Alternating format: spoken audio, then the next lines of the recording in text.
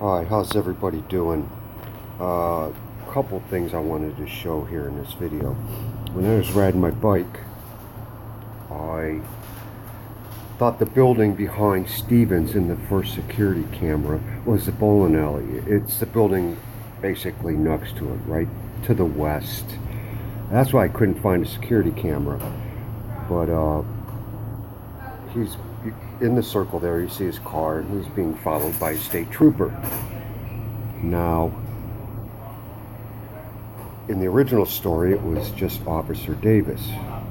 But on the 1 year anniversary, they included a second officer that were on lunch, and they came out and they got the call and got in their car right away.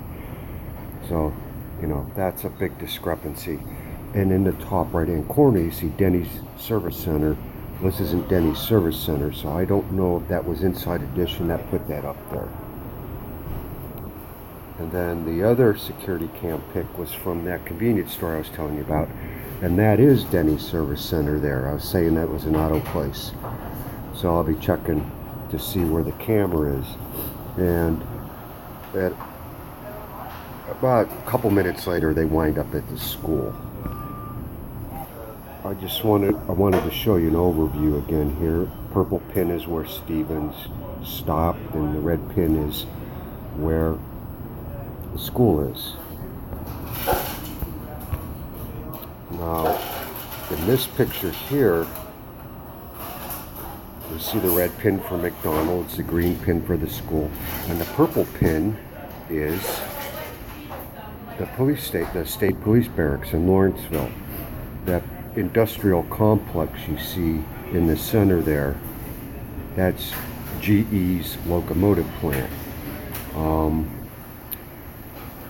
The guy that did the pit maneuver, Sergeant Van Horn, he was at the barracks. He gets in the car, they said an older type car, and two other officers get in the car with him, and somehow they get to the green pin ahead of Van Horn, because they did the pit maneuver first.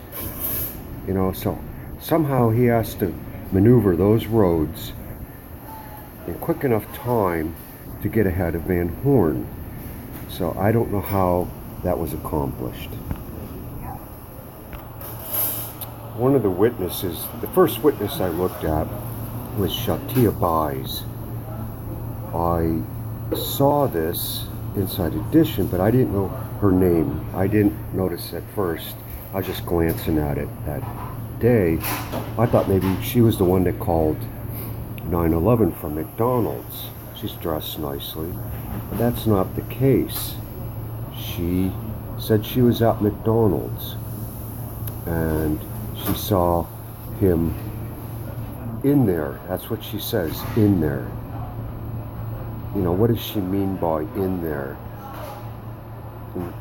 Stevens' beard was shaved, or very, very close crop, because it wasn't like you saw in the pictures.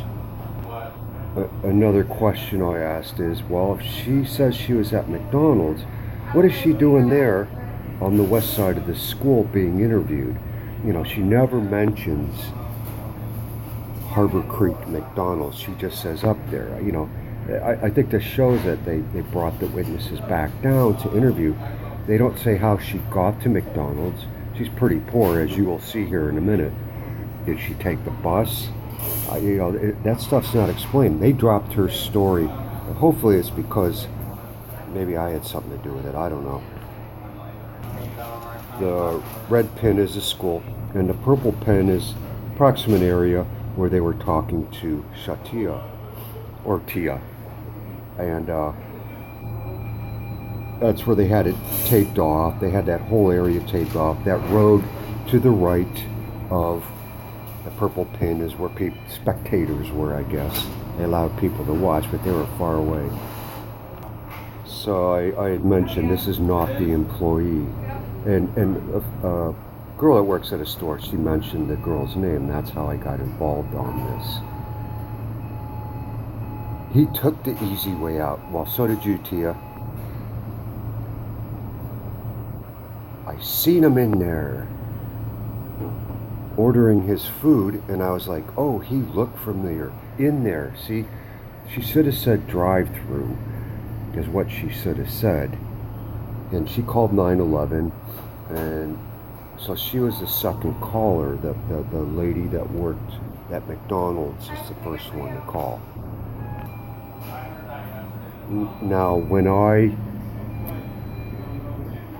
found out about Tia, I talked to Brian, the supervisor for Tom Ducharme, who's the franchise owner. And I mentioned that, she says she was in there, was she in the parking lot? Where the heck was she? So I told Brian, I said, do this. They still had a copy of the tape. They had given a copy to the state police, but they still had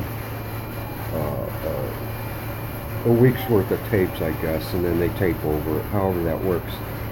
So I told him, go check 15 minutes before Stephens was there and 15 minutes after. And he did that. And I saw him again a week later, a couple of days later, whatever it was. And he said, no, they could not spot her on all her security cameras. And he had talked to Tom about it. So I did a little background check on Tia, and it popped right up in October 16, right there. She was in Erie's Most Wanted list for forgery and theft. And then she turned herself in, a criminal warrant for forgery and theft. So, so odds are when she's in jail is probably when they made a deal with her. And so I went to the PA court website, and there's the link there. I'm going to put the link to these in the description box so anybody can look it up themselves. And you'll see various docket numbers for cases. A lot of back rent. She was getting funding for housing because she had 2 kids. She was kind of broke.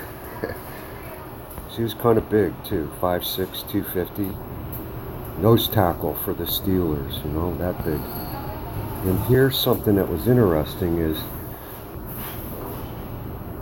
whatever cases was still ongoing, she was doing court 4/24/17, which is basically a week after the Stephens event.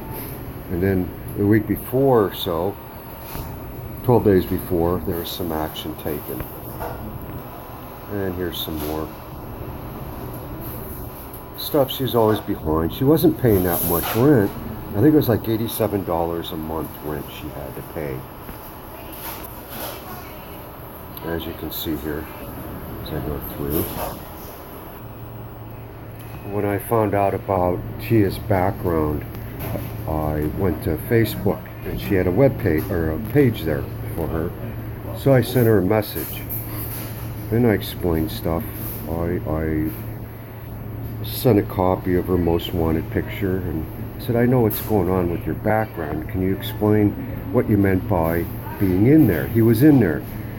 And I didn't get a reply within a couple hours, so I just posted it on her page for everybody to see. And then I went back about 10 minutes later just to check everything, see if it was all right. She took down her page. And then, but she has a new page up, and I know what it is. And she uses the same avatar, so that's how I know. And I haven't bothered her since then, but time's coming where I need to talk to her again. See if she takes down her page again. This is Steve Stephens. This is what they had on the billboard in the area. After the Cleveland side happened, he's on his way to Erie. They were putting this on the billboard. And the billboard near where I'm at had that on there. And I had taken a picture of it, but it didn't come out good just because of the sunlight on it. But they were already promoting this stuff. This is the tow truck that took Stephens' car away from the school. The company's name is Eddie's Collectibles. And the owner, Eddie, he ran for sheriff a couple years ago. I got to put the link in the thread, but I've already gone through it. I just didn't put it in. But he ran for sheriff, so he has an in there. And about 2 months after the event, I was in a parking lot at McDonald's by a mall, and there was a Eddie collectible truck there. And the driver was sitting in his truck, so I was out smoking, and I went up and I asked him, I said, were you the driver by chance that picked up SStephens' car? And he goes, what are you talking about? And I gave a little explanation, and I said, he said, no, I wasn't the driver. I said, did the driver, whoever drove it, did they notice any blood in there? Because I said I didn't see any. And I gave him a little bit of what I was doing, and he's eating food, and he had just got done, and he looks at me, he goes, you're fucking nuts. You're one of them nutcases, aren't you? And I'm sitting there, no, I'm not. And he started to drive away, and I walked out the lot to go up the hill to a grocery store to get lotto tickets. And he yelled something, and I just said, fuck you, from the top of the hill, shot him the finger. He did the same thing to me, so he was a big guy. So I don't know what would have happened. Anyways, I just wanted to update just a couple things like that. The person that was looking at my video suggested there's some stuff maybe I shouldn't say when I was on location, so I have to go through and try to edit it. I might have to do it over, but it was more specific stuff, because the stuff that's in the thread here I'm going to go through like I am here, from the beginning, the middle, and the end, and get into more detail about what was said in the original story and what was said in the year anniversary. And again, they did nothing for the second anniversary, which surprised me. So I'll get that up, get that all done. It just, now that I got the word back from who was looking at it, so I'll get that up there. So y'all take it easy.